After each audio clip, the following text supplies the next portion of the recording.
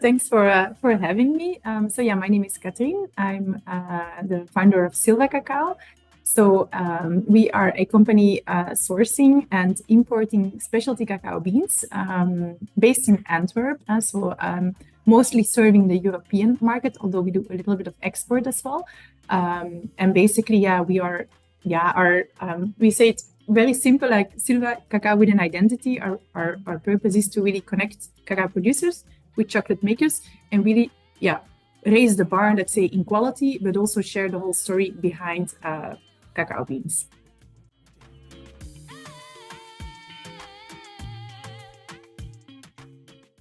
First of all, as soon as, let's say, there was a talk about this new legislation, we have been educating ourselves to properly understand what does it mean, how does it impact us, will it impact the supply chain, how will it impact producers, chocolate makers, and so on. So I think step one for us was to become an expert ourselves, to be able to properly draft a strategy, like how we would take this topic along. Of course, the content is forest conservation, which is basically part of our DNA. So actually on the practicalities of the topic, like conserving forests, it's how we source and who we are. So honestly saying, I was not too afraid about will we be able to manage it. But there is a huge, let's say, technicality linked with it and practical work that needs to happen in the field. And this, of course, need to be properly understood and with a strategy to implement. First, I would say we educated ourselves as much as possible to think about how we get along with it and what do we see as bottlenecks and difficulties to bring everybody along in this journey to make sure that we are compliant. We found that it's quite a technical topic, which is not so easy to understand. So basically, we drafted a whole guideline, I would say, of implementation and what it means for suppliers, which we have been providing in the different languages for the different suppliers, because we work along, let's say, the equator. So there's French-speaking countries, Spanish-speaking countries, English-speaking countries. So we have been drafting this in multiple languages, I would say. And then we have, kind of run through these guidelines, what needs to happen, by when and by whom, with every single partner we have. So we focused a lot on the sourcing side to start with, and then we kind of, try to take along our partners on the job that needs to happen, basically to make it very, let's say, conclusive. So in these guidelines, of course, we know what needs to happen, but we know as well that not everybody is as ready to do this. So basically, we kind of distinguish between different, let's say, maturity levels and technicality levels on whom is able to do what and where can we support. And in some origins, typically, cacao producers or cooperatives or suppliers were super organized and our work, let's say, is limited. In other origins, there's basically not even an awareness that the legislation was coming up. So they're basically were extremely involved in getting the job done. So I would say, our focus until, let's say, the last, until half a year ago was a lot on the sourcing side. And now as well, we made for chocolate makers, because now it comes very close to their reality, I would say. For clients and chocolate makers, we made as well an explanatory note and a newsletter on what is EUDR, what does it mean, and what does it mean for you. And we made also a presentation to kind of, explain them the practicalities for them in a nutshell. And then we try to adapt a bit depending on the size of companies, more on chocolate maker size, and on the maturity level or the organizational level of suppliers, how we can support. But as we are first importer in Europe, so basically the burden is on our shoulders.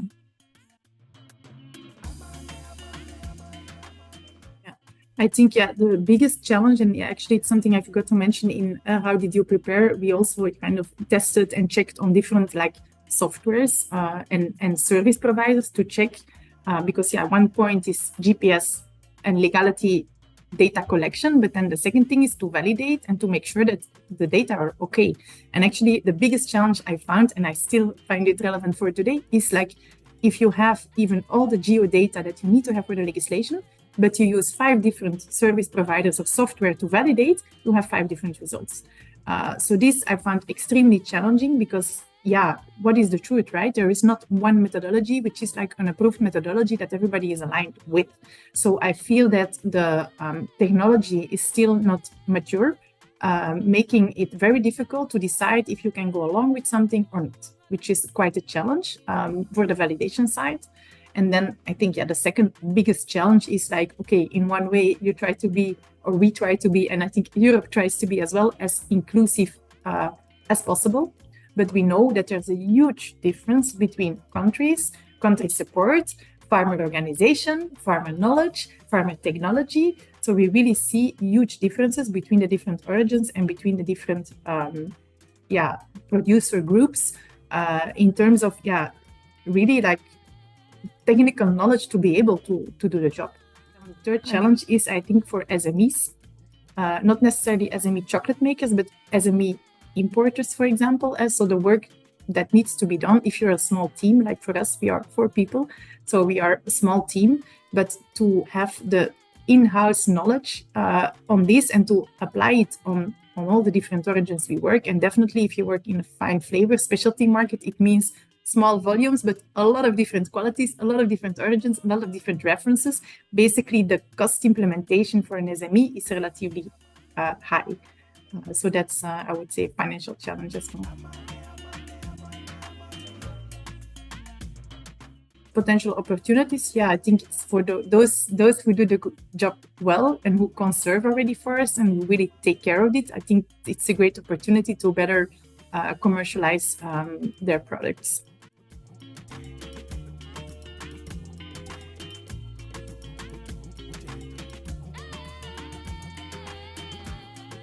Well, to be very straightforward, actually, it's not a guideline. It's a guideline to not lose forest cover according to the forest definition in the European Union. No? It's not a guideline to promote sustainable agricultural practices. It might be in the background ID. This I don't say, but actually what you measure is forest cover. So we know very much you can have an agroforestry system with a great biodiversity, which used to be, maize. So the positive impact on the environment is great. But you can also have a very monoculture agroforestry system, which is cut 2 years ago from a forest area. So the impact is totally different. So I think the legislation, even, of course, it's always like that. If you put new rules, you need to simplify things to be able to measure the impact. But I think, yes, there is potential for producer organizations who take along sustainability as a really part of their core activity, but I do not really agree that the legislation really measures or really supports in promoting more sustainable products, because you look at one component, you don't look at social components, you don't look at biodiversity, you don't look at multiple other angles like the complex. Sustainability is a very broad concept and there's an interplay of all these different parameters and aspects. So looking only at legal compliance plus forest cover, it's of course a proxy, but within the proxy there's much more diversity of parameters having influence. So if you see what I mean, I don't 100% agree on that, although it's a proxy that will support to make sure that we don't have new land conversion from forest to agriculture for those crops. Of course, EUDR is made from a certain philosophy that we want to stop land use change from forests to agriculture. But what we do see, and that's for very specific areas, I talk now about the Amazon in Ecuador, often like Amazon areas, in Venezuela, Amazon. People, mostly indigenous groups living there, the culture and the tradition they work with is chakra systems, where actually they mimic the forest and they cut certain areas to do agriculture, but small areas, we talk 0.5 hectare, 1 hectare, 2 hectares, then they move to the next plot. They start there maybe for 5 or 10 years, the next plot, and so on. So they kind of rotate. But due to the fact that in rainforests, literally, the vegetation grows back so quickly, and such a big area surrounded by the agricultural plot is still, primary rainforest, the regeneration of the forest goes really quickly. But actually what we saw in all the data is that these areas are actually at the highest risk for deforestation. And actually that's kind of a threat because in a way, just by their culture, by their tradition, by the philosophy with which they live and work, actually they do conserve forests, but not according to the EUDR definition. So I think, of course, the indigenous rights and so on, it has a specific chapter. But what do you do with these areas where their culture is to work in checkered systems and to rotate? So that's, I would say, one of the challenges where, although sustainable practices might be practiced by farmers, but it would be not compliant with EUDR.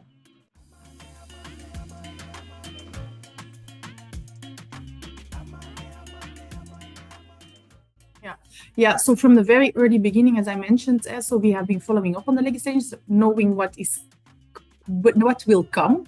So that's one thing. And then actually we have been giving a lot of trainings. We have, of course, our guidelines, but then we have been giving a lot of trainings and support.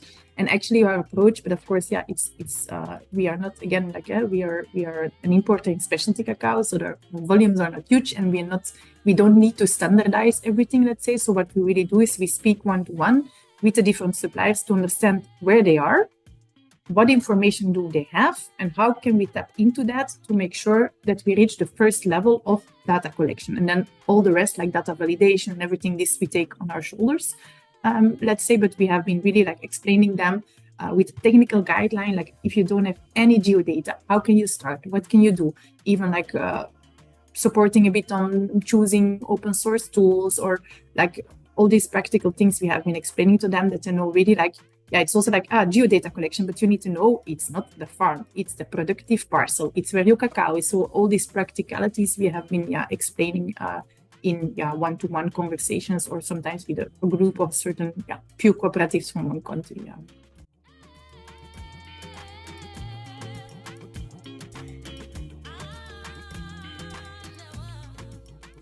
Yeah, so basically the data collection, it's not us collecting the data, with the exception of Togo, where we are collecting the data because we didn't have any alternative, let's say. What we try to do is to really make sure that the producer organizations collect data, and often there is already either via national support or via project, or sometimes they have their own technicians.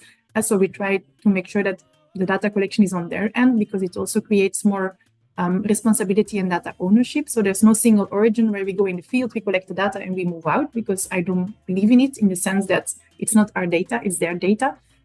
So at least on data collection, and we try to kind of inform that they are able to do it. Then there's a few origins where, for example, there were no resources or there's no possibility to do it.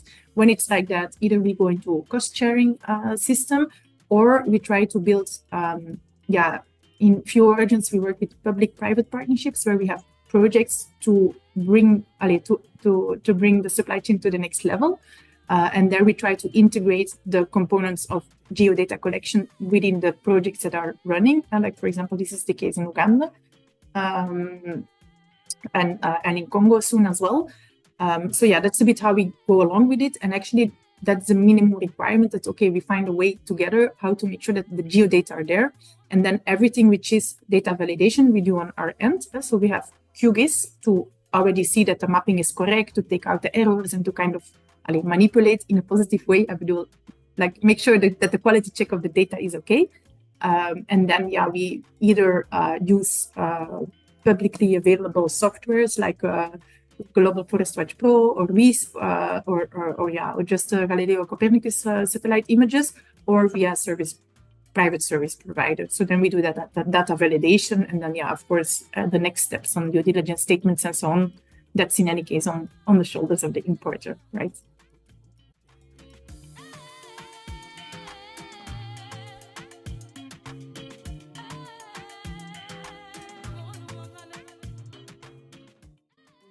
It depends from which glasses you look at it. I think it has, because mostly when I started the company, that's also the reason why we say cacao with an identity.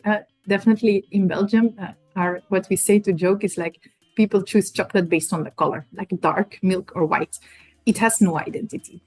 We don't know as a consumer which origin, which region, and so on you are basically consuming. So I think the impact that it can have, but let's see if it will be, is that actually due to the fact that everybody will be obliged to have full traceability within the value chains, or as a consequence, you also have origins, farmer organizations, farmers, and so on. So you could bring, I would say, the product to the next level, to really communicate better about what we are literally eating as chocolate treats. And yeah, I think when there's more attention for a product as well, it can develop the market.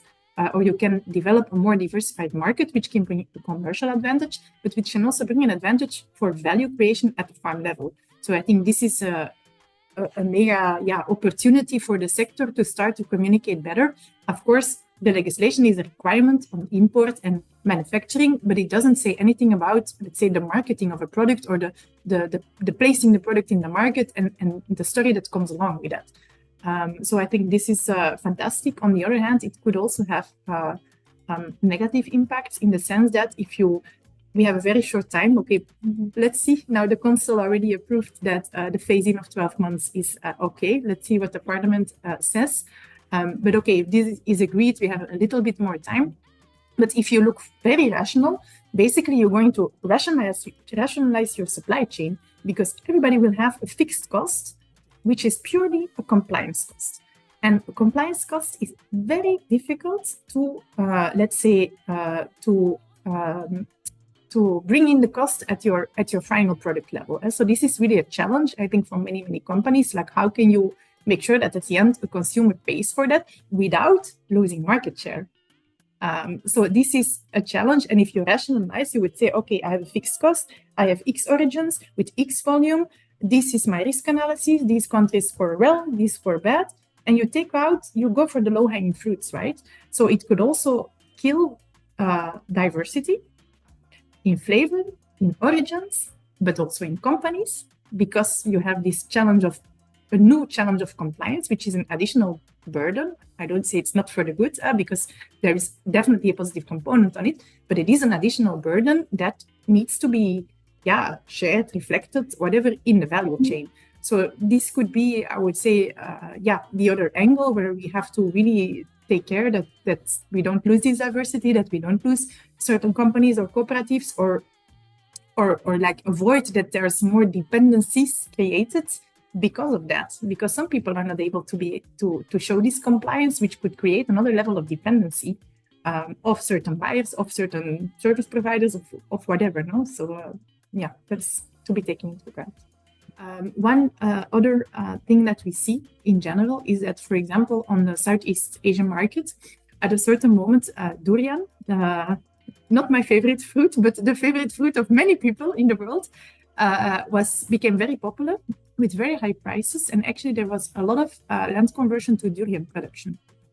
Okay, but imagine that you have a plot of cacao in agroforestry, and maybe it was established in 2021 or whatever, or in 2015. If it's 2015, it will still be compliant with the legislation. If it's 21, not. But if these areas are cut down totally from agroforestry to, for example, monoculture durian production, actually, for the country, for the nation where it is grown, the net balance on forest cover might be negative, although the cacao sector might be positive. So actually, I think one of the general challenges is it's fantastic that the European Union makes very strict rules and regulations to avoid land conversion for the 7 commodities. But of course, in the country itself, there's a national context and a national strategy and everything which says, for example, in the nation or is exported to other markets or other types of land uses towards less sustainable agriculture, not to judge, but to say to other types of agricultural forms, which might be less sustainable than, for example, cacao and agroforestry, are totally not part of this legislation. So in a way, there could be a kind of leakage at the national level, just by the fact that it's for the moment only Europe, although we see many intentions of other countries, and also because not all crops are taken into account. So at the end, I think the purpose would be for our global planet and global climate to have it applied on everything, right? To have a net positive balance per nation. But then, actually the country should be very engaged and should have their own national policies where this is a component, but makes part of a much broader framework, which makes sure that at the national level, greenhouse gases are going down, CO2 is captured in forest areas, and that's a net balance at national level.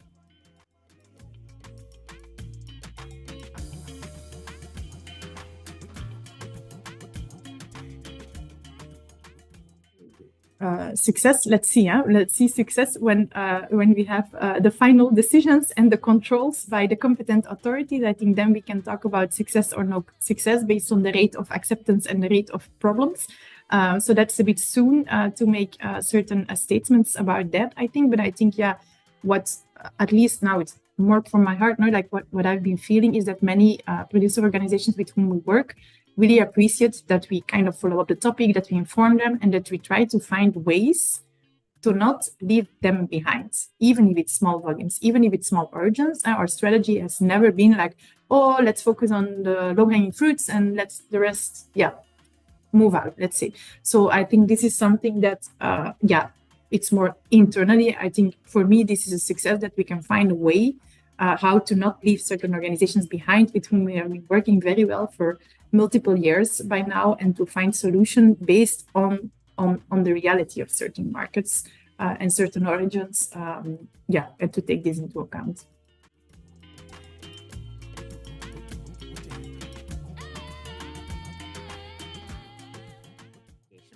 Actually, what we do see is that certain organizations, mostly smallholder farmer organizations, don't have the resources, the knowledge, the support. Of course, we as private sector, we can help and support, but we don't have unlimited resources neither. So this really specific support for certain countries that are lagging behind, or certain producer groups, to really make sure that they are able and that they have the possibilities to be able to comply. I think there's, I know there's a few fact sheets and there is some funds as well, but actually I don't think it's sufficient for the needs from the different origins.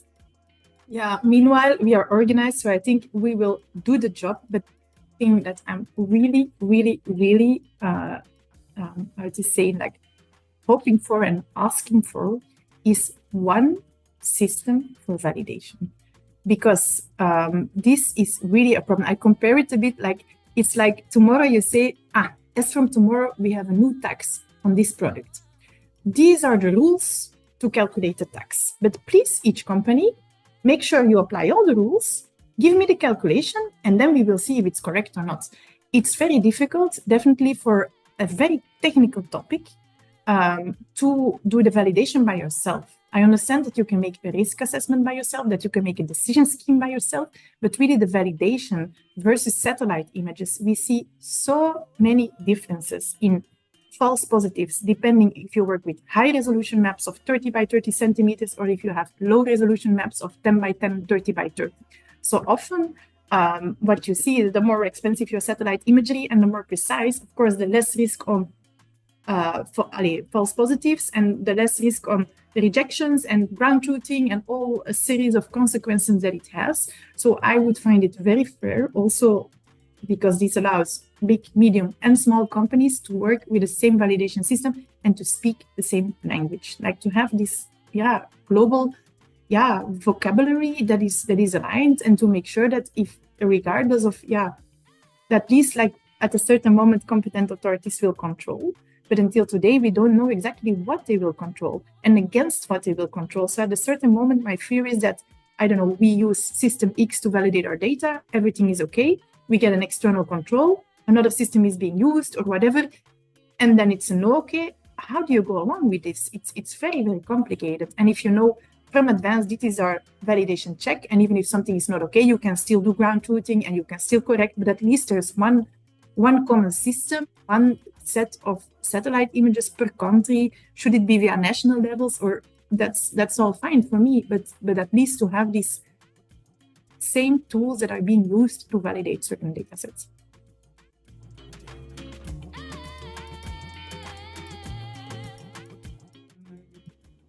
Maybe really to focus a bit on the specialty scene, because we know cacao land, chocolate land is a land of big volumes, big contracts, very little diversity compared to other sectors that we know, like coffee. I know it quite well because I've been working for more than 10 years in the coffee sector. There we see much more origin diversity, post-harvest diversity, genetic diversity. So we see much more, but cacao, it's more like more volume-based, although I see the tendencies that there's more origins, qualities, and it's developing, but specialty is still a very small segment. And I think we really need to be extremely careful that we are not killing the diversity that we have been, so many people like Cocoa of Excellence, FCCI, so many organizations have been working to put quality as a driver for value creation for farmers, but also for companies, actually for everyone in the supply chain, and to really try to work with qualities and to use this as a value addition component in value chains. And actually now, how does it impact the specialty scene, right? That's quite an important question.